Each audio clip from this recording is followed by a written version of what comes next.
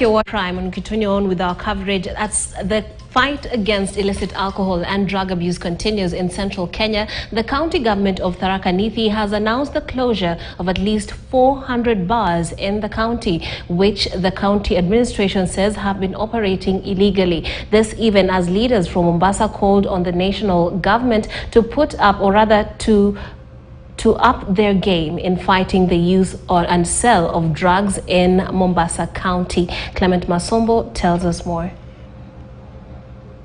As the world marked the International Day Against Drug Abuse and Illicit Trafficking, the fight against alcoholism and illicit brew in central Kenya gained momentum when the county government of Tharakani Nithi embarked on an operation to close down more than 400 bars that have been operating illegally within the county.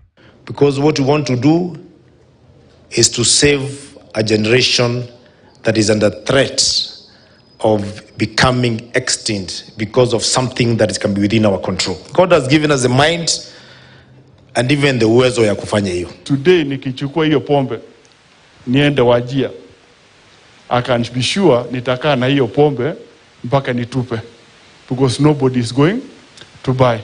So supply inakuwa stimulated by demand. By March 2023, there were at least 1,400 alcohol outlets in the county.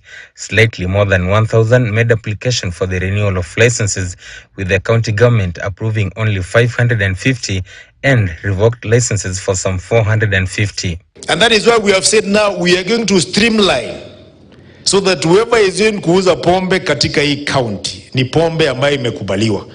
Hata wewe ambaye tumepatia na tumekupatia license unauza pombe imekubaliwa. Tukikupata siku moja tu hivi na ile haijakubaliwa, license yako tuna cancel na tunafunga hiyo club. So today, while we are caught between a rock and a hard place, that we have to ensure this thing comes to an end, however unpleasant it is, we must also bite the bullet and say illicit brews must come to an end. Elsewhere, the residents of Mombasa marked the day by staging peaceful walks in the streets of Mombasa. The leaders who accompanied the residents appealed to the government agencies to take part in the fight against drugs in the coastal region by making public list of those engaged in drug trafficking. The leaders said the traffickers have been targeting school children and using them to sell drugs. I request you that we need to consider to employ them. When they come back and they say that I have recovered, please give them a second chance and allow them to be employed within the government and within the private sector.